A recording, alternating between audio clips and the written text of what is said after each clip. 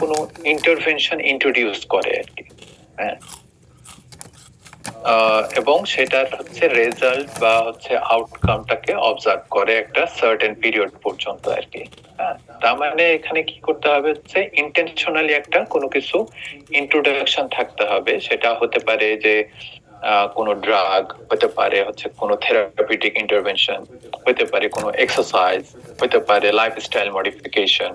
হ্যাঁ, সো এই জিনিসগুলা থাকতে হবে আর কি। এবং এপিডেমিওলজিক্যাল এক্সপেরিমেন্টাল স্টাডির ক্ষেত্রে আমরা এটাকে কখন র্যান্ডমাইজ কন্ট্রোল ট্রায়াল বলবো, যখন এইখানে যাদের উপর হচ্ছে এই যে ইন্টেনশনালি যে ট্রিটমেন্টটা বা হচ্ছে ইন্টেনশনালি যে ড্রাগটা বা হচ্ছে যে থেরাপিটা অ্যাপ্লাই করা হবে, তাদেরকে হচ্ছে আমরা র্যান্ডমলি হচ্ছে সিলেক্ট করব।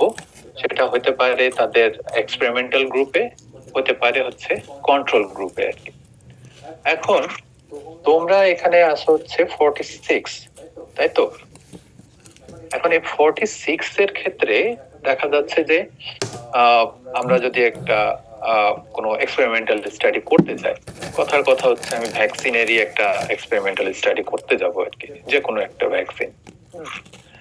এখন ভ্যাকসিন নিলে রোগ প্রতিরোধক ক্ষমতা বাড়তেছে কি বাড়তেছে না, এইটা হচ্ছে আমার উদ্দেশ্য আর কি। আউটকাম যদি আমি বলি যে হচ্ছে এই যে এখানে একটা কথা আছে না যে ইন্টেনশনালি ইন্ট্রোডিউস করার পরে রেজাল্ট বা আউটকাম হচ্ছে অবজার্ভ করা হচ্ছে। হ্যাঁ, তাহলে রোগ প্রতিরোধক ক্ষমতা ভ্যাকসিনের জন্য বাড়ছে কি বাড়ছে না আর কি, এটা হচ্ছে আমার আউটকাম।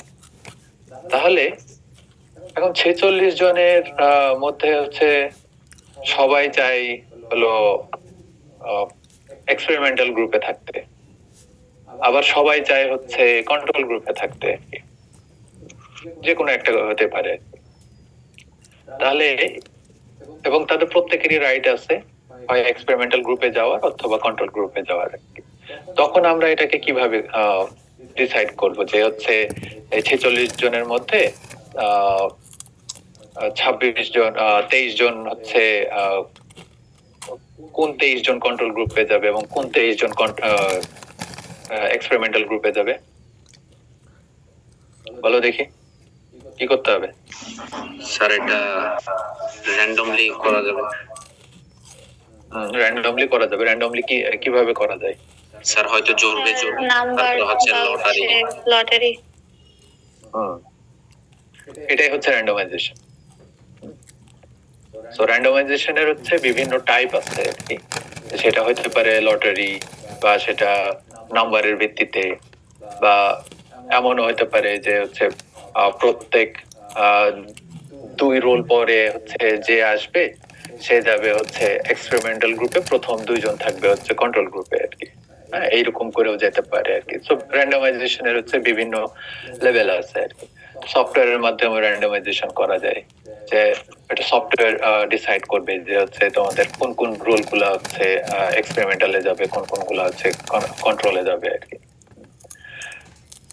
ওকে, সো এবং যেটা বলতেছিলাম যে হচ্ছে র্যান্ডমাইজেশন কন্ট্রোল ট্রায়াল, সেটাকে বলা হয় হচ্ছে gold standard of all studies. এখান থেকে যে রিপোর্টটা আসবে, এখান থেকে যে রেজাল্টটা আসবে, সেটাই তখন একটা স্ট্যান্ডার্ড হিসেবে কাজ করবে, যেটা হচ্ছে অন্যান্য জায়গাগুলোতে অন্যান্য স্টাডিগুলা যখন সামনে আসবে তখন এইটার সাথে দেখা যাচ্ছে যে হচ্ছে তারা এটাকে কম্পেয়ার করবে আর কি। হ্যাঁ, তো এই জায়গাতে হচ্ছে যেটা করা হয়ে থাকে আর কি, যে 2 or more groups assigned by randomization। তো আমি কিছুক্ষণ আগে একটা কথা বললাম না যে হচ্ছে যে 46 জনের মধ্যে 2টা গ্রুপ করা, একটা কন্ট্রোল গ্রুপ করা আর একটা র্যান্ডম কি জানি বলে এক্সপেরিমেন্টাল গ্রুপ করা আর কি। তো সেই জায়গাতে দেখা যাচ্ছে যে হচ্ছে আমার একাধিক গ্রুপও থাকতে পারে আর কি। যে আমার যখন মনে হয় যে না আমার স্টাডি গ্রুপ বা স্টাডির এভিডেন্সটা আরো বেশি কংক্রিট করা দরকার আর কি, তখন দেখা যাচ্ছে যে আমার কন্ট্রোল গ্রুপ 2টাও থাকতে পারে। তখন আমি ওই 2টা কন্ট্রোল গ্রুপের সাথে হচ্ছে আমার এক্সপেরিমেন্টাল গ্রুপের আমি কম্পেয়ার করব আর কি। তো ওটা হচ্ছে ডিফারেন্ট ইস্যু। ওটা যখন তোমরা আরো এপিডেমিওলজি পড়বা আর কি, তখন ওই জিনিসগুলো আরো ক্লিয়ার হবে। আমি এখন খুব বেসিক লেভেলে যাচ্ছি আর কি। তো প্রথমে যেটা করতে হয় যে বিফোর গোয়িং এনি ইন্টারভেনশন, প্রথমে হচ্ছে বেসলাইন ডেটা নিতে হয় আর কি। বেসলাইন ডেটা বলতে যে হচ্ছে এখন ধরো যে তোমাদের এই 23 জনের যে হচ্ছে গ্রুপটা যেটা আছে আর কি, সেই 23 জনের গ্রুপের মধ্যে প্রথমে যেটা করতে হবে যে হচ্ছে তোমাদের বর্তমান অবস্থা কি আছে, হেলথের বর্তমান অবস্থা কি আছে আর কি। হ্যাঁ, খুব সিম্পলি যদি আমরা বলি যে আগামী 1 মাস তোমাদের এই 26 জনের মধ্যে ডেইলি 1 ঘন্টা হাঁটার একটা ইন্টারভেনশন ইমপ্লিমেন্ট করতে যাওয়া হচ্ছে, এবং এটার আউটকাম হিসেবে দেখা হচ্ছে যে আগামী 1 মাস পরে ডেইলি 1 ঘন্টা হাঁটার ফলে তোমাদের ওজনের কোনো তারতম্য আসতেছে কিনা, বডি ওয়েটে কোনো তারতম্য আসতেছে কিনা আর কি। হ্যাঁ, সেটার সাথে আরো কিছু অ্যাসোসিয়েটেড কিছু জিনিস থাকতে পারে আর কি। তাহলে এখন কি হচ্ছে, সবাই হাঁটবে? সবাই হাঁটবে না আর কি। এক্সপেরিমেন্টাল গ্রুপে থাকবে হচ্ছে সেই 23 জন যারা হচ্ছে রেগুলার 1 ঘন্টা হাঁটবে আর কি। আর বাকি যে 23 জন থাকবে তারা তাদের হচ্ছে নরমাল রুটিন ফলো করবে আর কি। তারা হচ্ছে এখন যেরকম রুটিন ফলো করে সেই রকম রুটিন ফলো করবে আর কি। কিন্তু এক্সপেরিমেন্টাল গ্রুপের ক্ষেত্রে ডেইলি 1 ঘন্টা একটা সার্টেন টাইমে তারা হচ্ছে 1 ঘন্টা হাঁটবে আর কি। সাথে তাদের হচ্ছে লাইফ যেগুলো রেগুলারই আছে আর কি, রুটিন আছে, সেগুলো ফলো করবে আর কি। সো এটা শুরু করার আগে তাহলে হচ্ছে বেসলাইন মেজার নিতে হবে সব গ্রুপের। বেসলাইন মেজার বলতে কি বোঝায় বলো দেখি? ট্রিটমেন্টের আগে স্যার। হ্যাঁ, বেসলাইন এখন যে অবস্থায় আছে, এখন কি অবস্থায় আছে, এক্সপেরিমেন্ট শুরু করার আগে, এক্সপেরিমেন্ট শুরু করার আগে বর্তমানে কি অবস্থায় আছে আর কি। হ্যাঁ, এখন ওজন কত আছে আর কি। হ্যাঁ, এখন ওজন কত আছে, এখন হার্ট রেট কত আছে, তারপরে হচ্ছে ব্লাডে গ্লুকোজ লেভেল কত আছে। হ্যাঁ, এই জিনিসগুলা হচ্ছে আমাদের চলে যাচ্ছে হলো বেসলাইন লেভেলে, বেসলাইন ডেটা আর কি। হ্যাঁ, আচ্ছা, তারপরে কি হলো যে গিভ ডিফারেন্ট ট্রিটমেন্টস। এখন দুইটা গ্রুপ যখন আমার হয়ে যাচ্ছে, র্যান্ডমলি আমরা হচ্ছে দুইটা গ্রুপকে অ্যাসাইন করে ফেললাম 2 গ্রুপে। তারপরে হচ্ছে আমরা কি করলাম যে একটা গ্রুপকে আমরা হচ্ছে খুব ক্লোজলি মনিটর করলাম, যে হচ্ছে তাদেরকে আমরা ডেইলি 1 ঘন্টার একটা করে প্ল্যান দিলাম যে তারা কোন সময়টাতে হাঁটবে, 1 ঘন্টা হাঁটবে। হ্যাঁ, এবং ওই সময়টাতে হচ্ছে তাদের কিছু ডেটা নেওয়া হচ্ছে যে হাঁটার সময় তাদের হেলথের বা হচ্ছে তাদের বায়োলজিক্যাল কোনো চেঞ্জ আসতেছে কিনা, বা হচ্ছে ওই সময় মেটাবলিক কোনো রিঅ্যাকশন হচ্ছে কিনা বডিতে। হ্যাঁ, তো সেই জিনিসগুলো হচ্ছে আমরা ওই সময় ট্র্যাক করলাম আর কি। আর এছাড়া হচ্ছে নরমাল যে কন্ট্রোল গ্রুপ আছে তারা তো হচ্ছে তাদের মতোই আসছে আর কি। আচ্ছা, দেন 1 মাস পরে আমরা কি করব যে আউটকাম মেজার করব আর কি। আউটকাম মেজার করতে কি আমরা আবার কি দেখতেছি যে আবার আমরা হয়তোবা তাদের ওয়েট দেখতেছি, তাদের ওয়েট কত আছে, তারপরে হচ্ছে তাদের হার্ট রেট কেমন, কি অবস্থায় আছে, তাদের ব্লাডের কোনো চেঞ্জ আসছে কিনা, বায়োলজিক্যাল কোনো চেঞ্জ আসছে কিনা আর কি। এই সকল ডেটাগুলো আমরা আবার নিলাম আর কি। নেয়ার পরে আবার তো হচ্ছে আমরা যে দুইটা গ্রুপে নিলাম আর কি। নেয়ার পরে প্রথমে আমাদের কাজ হচ্ছে যে বেসলাইন ডেটার সাথে প্রথমটা যেটা আমাদের করতে হবে যে বেসলাইন ডেটার সাথে লাস্ট ডেটার এটার একটা কম্পারিজন করতে হবে আর কি। কম্পারিজন করলে হচ্ছে আমরা আউটকাম পেলাম কন্ট্রোল এক্সপেরিমেন্টাল গ্রুপের, যে কারো হয়তো বা ওজন কমছে, কারো হয়তো বা স্থিতিশীল আছে। হ্যাঁ, আবার দেখা যাচ্ছে যে কন্ট্রোল গ্রুপেরও আবার 1 মাস পরে আমরা ডেটা নিলাম। ডেটা নেওয়ার পরে সেখানেও একটা আউটকাম আমরা পেলাম। এখন এই যে দুইটা আউটকাম আমরা পেলাম, এই দুইটা আউটকামকে তখন আমরা কি করব, 2 গ্রুপের আউটকামকে আমরা হচ্ছে কম্পেয়ার করব আর কি। কম্পেয়ার করে যেটা রেজাল্ট আসবে সেই রেজাল্টটাই হচ্ছে আমাদের র্যান্ডমাইজ কন্ট্রোল ট্রায়াল, এবং এই রেজাল্টটা হচ্ছে আমাদের খুবই কংক্রিট একটা রেজাল্ট, যেটা কিনা হচ্ছে যে একটা র্যান্ডমাইজ কন্ট্রোল ট্রায়াল করে পাওয়া গেছে যে কেউ যদি 1 মাস হচ্ছে 1 ঘন্টা করে হাঁটে তাহলে তার বডি ওয়েট কত পার্সেন্ট কমবে আর কি। হ্যাঁ, এইরকম হয়তো বা কিছু একটা পাওয়া গেল আর কি। হ্যাঁ, এটা হচ্ছে এভিডেন্স জেনারেট করা গেল আর কি। হ্যাঁ, আবু বকর কিছু বলতেছিল, বলো। স্যার বেসলাইন ডেটা যেটা ডিভাইস কি দুইটা ওপেন করা তোমাদের? একই রুমে দুইজন একসাথে বসে ক্লাস হ্যাঁ, তাহলে হচ্ছে একজন হেডফোন ইউজ করো, তাহলে আর সমস্যা হবে না। স্যার প্রথমে হচ্ছে বেসলাইন ডেটা যেটা আপনি বলছিলেন দুইটা গ্রুপ। প্রথমে একদম শুরুতে প্রেজেন্ট অবস্থায় কি অবস্থায় আছে, প্রাইমারি অবস্থায়। স্যার এটা কি সেম গ্রুপের যে আমি ওয়েট তারপরে হচ্ছে ওর হেলথ এর বিএমআই এই সমস্ত আমি নেওয়ার পরে সেম গ্রুপের কি 1 মাস পরে কি আমি ওইটা নিব নাকি আলাদা আলাদা গ্রুপ একটা? স্যার হ্যাঁ, সেম গ্রুপই তো আর কি, সেম গ্রুপ না। তুমি তো হচ্ছে প্রথমে হচ্ছে ই করে ফেলতেছো না, র্যান্ডমাইজ করে হচ্ছে দুইটা গ্রুপ হয়ে যাচ্ছে না, একটা কন্ট্রোল গ্রুপ হয়ে যাচ্ছে আর একটা হচ্ছে এক্সপেরিমেন্টাল গ্রুপ হয়ে যাচ্ছে। জি স্যার। তো হচ্ছে প্রথম তুমি তো তোমার আউটকাম কি আসলো, যে হচ্ছে তাদের ওয়েট কমছে কি বাড়ছে বা কমছে কি কমছে না, এটা দেখার জন্য তো হচ্ছে আমার প্রথমে যেটা নিছিলাম সেটার সাথে তো শেষেরটার সাথে তো আমার কম্পেয়ার করতে হবে আর কি, তাহলে না আমি বুঝবো যে ওয়েট কমলো কি বাড়লো, তাই না? জি স্যার। হ্যাঁ, ঠিক একইভাবে হচ্ছে কন্ট্রোলে যারা আছে, যারা হাঁটে নাই, হ্যাঁ, তাদেরটাও আমরা কি করলাম, তাদেরও হচ্ছে যে প্রথমে যেটা নিছিলাম পরে যেটা নিলাম সেটা কম্পেয়ার করে দেখবো যে হচ্ছে বাড়লো কি কমলো। হ্যাঁ, করার পরে তাহলে হচ্ছে দুইটা গ্রুপের হচ্ছে 1 মাস পরের ডেটা আমি পেলাম।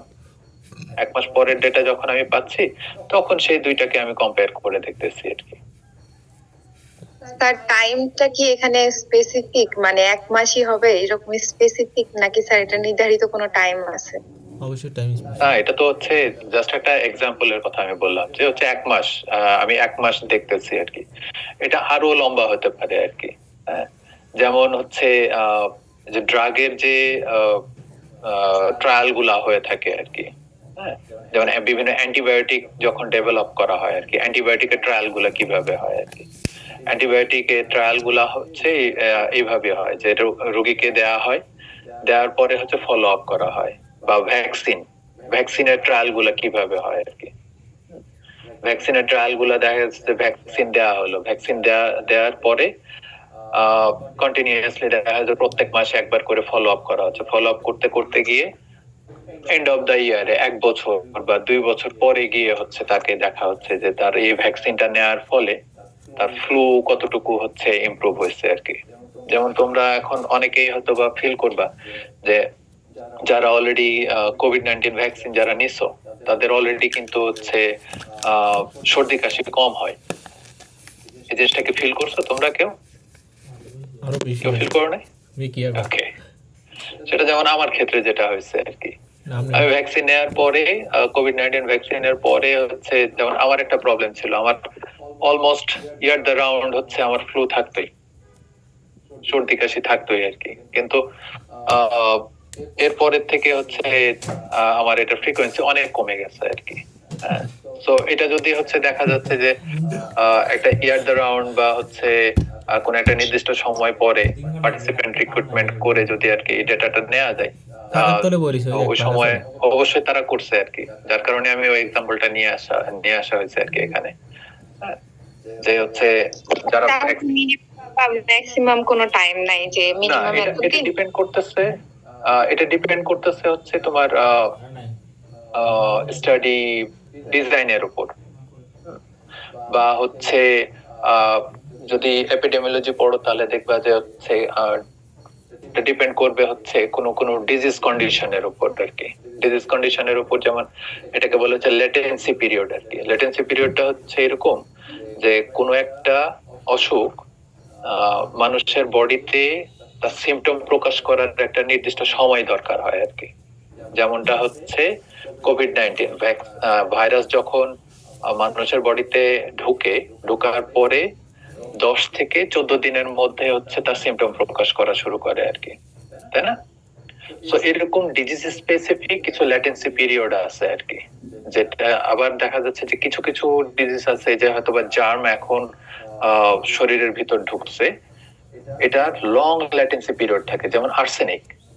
হ্যাঁ, কারণ আর্সেনিকের বিষয়টা যেটা হচ্ছে যে কোনো মানুষ যদি হচ্ছে ধরো যে 50 বাই 25 ফিট একটা সুইমিং পুলে যে পরিমাণ পানি থাকে, ওই পরিমাণ সুইমিং পুল ওই পরিমাণ পানিতে যদি 1 টিস্পুন যদি আর্সেনিক, একদম র আর্সেনিক মেশানো হয়, এবং কোনো মানুষ যদি হচ্ছে ওই পানি 30 বছর ধরে টানা খায়, তাহলে দেখা যাবে যে হচ্ছে 30 বছর পরে বা 25 থেকে 30 বছর পরে গিয়ে তার হচ্ছে স্কিন ক্যান্সার ডেভেলপ হওয়ার সম্ভাবনা আছে। হ্যাঁ, এটা হলো হচ্ছে আর্সেনিক পয়জনিং এর লং ল্যাটেন্সি পিরিয়ড আর কি। হ্যাঁ, তাহলে যদি হচ্ছে আর্সেনিকের নিতে হয়, আর্সেনিকের উপর যদি কোনো আরসিটি করতে হয় আর কি, তাহলে আমার টাইমটা কত হইতে হবে? 30 বছর। স্যার 30 হ্যাঁ, আবার যদি হচ্ছে আমার কাছে মনে হচ্ছে যে আমি জাস্ট এখনই কোনো একটা ভ্যাকসিনের ইফেক্টিভনেস আমি দেখবো, যেটা হচ্ছে কোভিড-19 এর। কোভিড-19 ভাইরাসের ল্যাটেন্সি পিরিয়ড ছিল খুব শর্ট, 14 দিনের মধ্যে আর কি প্রকাশ করে ফেলতো আর কি। তো ভাইরাসের অ্যান্টিভাইরাস যখন ইনজেক্ট করা হয়েছে, করার পরে গিয়ে হচ্ছে তখন এটা খুব জলদি হচ্ছে রেসপন্সটা দেখা গেছে আর কি। হ্যাঁ, যার কারণে কিন্তু হচ্ছে এই ভ্যাকসিনটা খুব তাড়াতাড়ি বাজারে চলে আসছে আর কি। হ্যাঁ, কিন্তু সব ভ্যাকসিন কিন্তু হচ্ছে এত তাড়াতাড়ি বাজারে আসতে পারে না আর কি, যে সকল ডিজিজের ল্যাটেন্সি পিরিয়ড বেশি থাকে আর কি। যেমন বর্তমানে সায়েন্টিস্টরা হচ্ছে এইডস এর ভ্যাকসিন নিয়ে কাজ করতেছে আর কি। হ্যাঁ, তো সেটা কতদিন ধরে চলতেছে আর কি তাদের, এখনো আর কি। এটা লাস্টলি হচ্ছে গত পরশুদিন আমি একটা নিউজ দেখলাম যে হচ্ছে কোন একজনের বডি থেকে তারা হচ্ছে জিনোম সিকোয়েন্সিং এর মাধ্যমে হচ্ছে এইডস এর যে ভাইরাসটা সেটাকে হচ্ছে তারা রিমুভ করতে পারছে আর কি। কিন্তু সেটাও কতদিন পরে গিয়ে আসছে আর কি। হ্যাঁ, সো এটা ডিপেন্ড করতেছে যে ডিজিজ টু ডিজিজ আর কি। আবার যদি আমি প্র্যাকটিক্যালি হচ্ছে আমাদের প্রফেশনাল ক্ষেত্রে যদি আসি, যে স্ট্রোকের ক্ষেত্রে অ্যাকুইট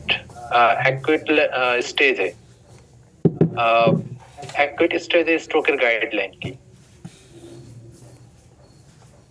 কোনো আইডিয়া? পজিশনিং সেই অ্যাকুইট স্টেজটাকে হচ্ছে আমরা কতদিন পর্যন্ত ধরে নেই অনসেট অফ স্ট্রোক?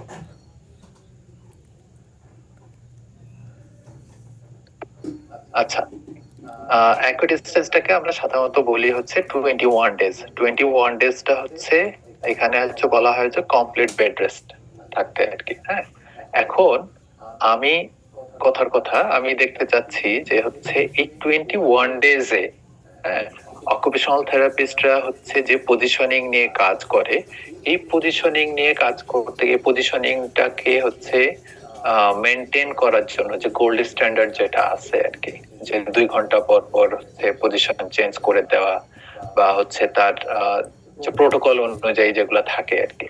হ্যাঁ, তো এইটা হচ্ছে আমার একটা হাইপোথিসিস হচ্ছে যে এইটা করলে দেখা যাবে যে হচ্ছে তার তার অ্যাবনর্মাল টোন ডেভেলপ হওয়ার পসিবিলিটিসটা আমি দেখতে চাচ্ছি আর কি। যেমন অনেক সময় হয় না যে হচ্ছে স্পাস্টিসিটি ডেভেলপ করে যাচ্ছে, বা হচ্ছে ফ্ল্যাসিডিটি ডেভেলপ করে যাচ্ছে, বডিতে অ্যাবনর্মাল টোন ডেভেলপ করতেছে আর কি। সো এখন আমার হাইপোথিসিস হচ্ছে যে পজিশনিংটা মেনটেন করে বডির অ্যাবনর্মাল টোনকে হচ্ছে আমি প্রিভেন্ট করবো আর কি। বা এটা হতে পারে আমি ধরে নিলাম যে স্পাস্টিসিটি আমি রিডিউস করব, বা স্পাস্টিসিটি যাতে ডেভেলপ না হয়, সেটা হচ্ছে আমার হাইপোথিসিস আর কি বাই পজিশনিং। তাহলে আমাদের তাহলে কোন ধরনের রোগী নিতে হবে?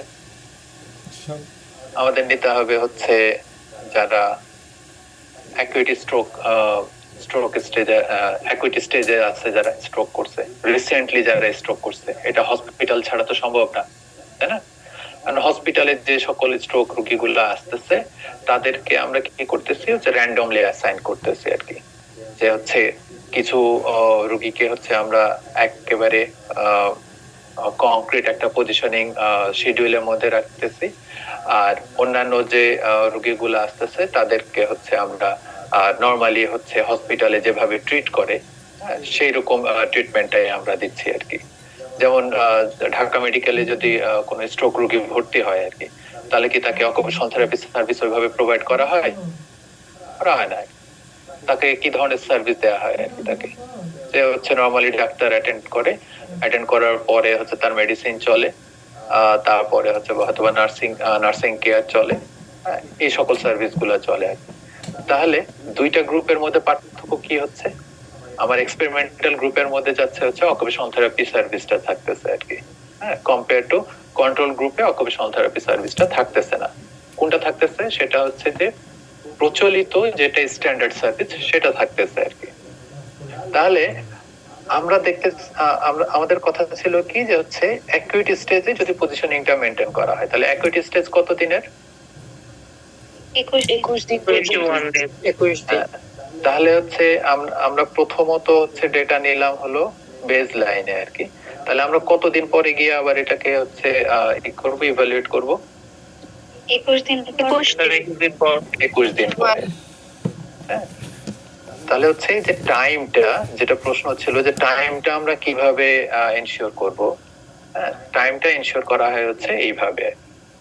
আমার স্টাডি, থ্যাংক ইউ স্যার। হ্যাঁ, আমার স্টাডি, আমার ডিজিজ, সেটা ল্যাটেন্সি পিরিয়ড বা হচ্ছে সেটার সাথে কি কানেক্টেড আর কি, স্ট্যান্ডার্ড প্র্যাকটিস কোনটা সেটার উপর ডিপেন্ড করতেছে হচ্ছে আমার টাইমটা আর কি। ওকে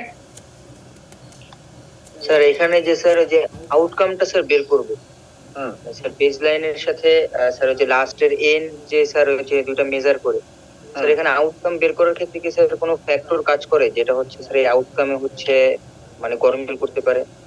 করতে পারে স্যার আমরা উদ্যোগ রাখবো স্যার, মানে নাকি অ্যাড করবো ফ্যাক্টর বলতে? অ্যাড তো করতেই হবে আর কি। হচ্ছে যে আমরা সে ক্লাসে কনফাউন্ডিং ভ্যারিয়েবল নিয়ে কথা বলছিলাম, মনে আছে? কনফাউন্ডিং ভ্যারিয়েবল, জি স্যার। সো হচ্ছে ওই জিনিসগুলো আমাদের সব সময় কনসিডারেশনে নিয়ে আসতে হবে আর কি। যে এখানে হচ্ছে কনফাউন্ডিং ভ্যারিয়েবল কি ছিল, তার আদার কোনো কোমরবিডিটিস ছিল কিনা, স্ট্রোকের সাথে তার ডায়াবেটিস আছে কিনা, হ্যাঁ, তারপরে হচ্ছে আদার কোনো ব্লাড রিলেটেড ইস্যু আছে কিনা, এই জিনিসগুলো হচ্ছে আমাদের কনসিডারেশনে নিয়ে আসতে হবে। তারপরে যখন আমরা অ্যানালাইসিস করব, একটা সিস্টেমেটিক অ্যানালাইসিস করলে তখন হচ্ছে এই জিনিসগুলোকে হচ্ছে অ্যাডজাস্ট করা যায় আর কি রেজাল্টের সাথে। ওকে, জি স্যার, থ্যাংক ইউ। আচ্ছা, ওকে, দেন সো র্যান্ডমাইজেশনের যে বিষয়টা যেটা হচ্ছে যে এখানে আমাদের দুইটা গ্রুপ থাকে আর কি। থাকে হচ্ছে এক্সপেরিমেন্টাল গ্রুপ, যেটাকে হচ্ছে আমরা ইন্টেনশনালি কোনো একটা থেরাপি বলি বা হচ্ছে ড্রাগ বলি, এটাকে আমরা তাদের সাথে ইন্ট্রোডিউস করতেছি। আর একটা থাকতেছে হচ্ছে কম্পারিজন গ্রুপ বা যেটাকে বলা হচ্ছে কন্ট্রোল গ্রুপ। এই গ্রুপটা দেখা যাচ্ছে যে হচ্ছে হয়তোবা তারা ড্রাগ ছাড়া থাকে, অথবা হচ্ছে যেটা বাজারের প্রচলিত যেটা নরমাল ড্রাগ বা বাজারের প্রচলিত যেটা হচ্ছে নরমাল থেরাপিউটিক ইন্টারভেনশন, সেইটাকেই হচ্ছে রিসিভ করতে থাকে। এবং অথবা এমন আরেকটা ড্রাগ হতে পারে যেটা মনে হয় যে হচ্ছে এটার মতোই দেখতে, কিন্তু সেটার ভিতরের ইনগ্রেডিয়েন্ট হচ্ছে চেঞ্জ করা বলতে যে ওটা খেলেও বডিতে কোনো ইফেক্ট পড়বে না আর কি। হ্যাঁ, সেটাকে বলা হচ্ছে প্লাসিবো বলা হয় আর কি। সো মোদ্দা কথা হচ্ছে র্যান্ডমাইজ কন্ট্রোল ট্রায়ালের ক্ষেত্রে আমাদের সবসময় মাথায় রাখতে হবে হচ্ছে দুইটা গ্রুপ থাকে। কি কি গ্রুপ থাকে? হচ্ছে এক্সপেরিমেন্টাল গ্রুপ আর একটা হচ্ছে কন্ট্রোল গ্রুপ। ওকে,